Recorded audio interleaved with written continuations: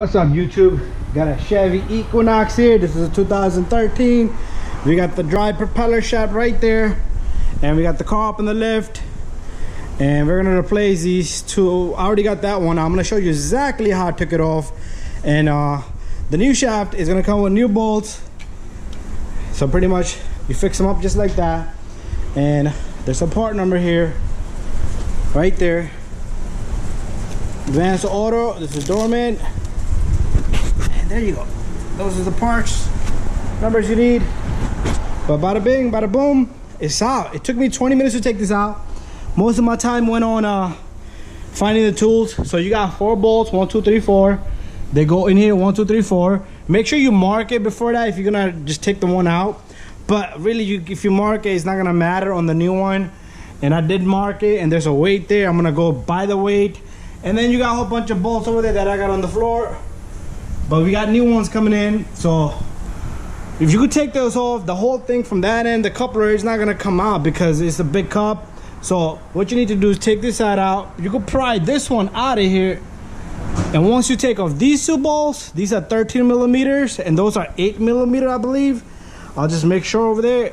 Let's just make sure right now. 8 millimeter, and that's what I did to knock out those bolts. And the whole thing just comes right down, and once you take these off, the whole thing just falls out. So be careful, don't let it just drop on the ground. So what I'm gonna do is I'm gonna get the new one, I'm gonna stick it in there, put the 2 bolts in, and then you could turn and align everything and put the bolts in the back. And I am gonna be using a thread lock. I will show you that at the end of the video, but let me finish this job out and then you'll see the rest. As you can see, got the new shaft in there. Got 1 bolt there. I'm gonna take these off. I'm gonna thread lock them one by one. They're just holding it for me. So this is a thread lock right there. This is what I'm using right there. You can pick that from AutoZone, Pep Boys, anywhere you like. So this guy goes in, and then we are gonna torque these guys. So I'm gonna have to go on my computer, look for the torque specs. That is the proper way to do it.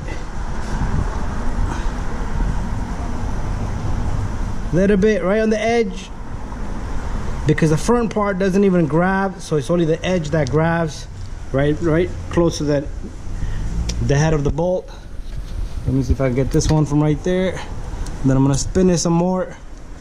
I'm just working with one hand, it's a little bit difficult, but I'm gonna do the same thing for the front ones, and after that I am gonna torque these guys, so stay tuned. So guys, looking at my computer, it'll tell you tighten the mounting bolts.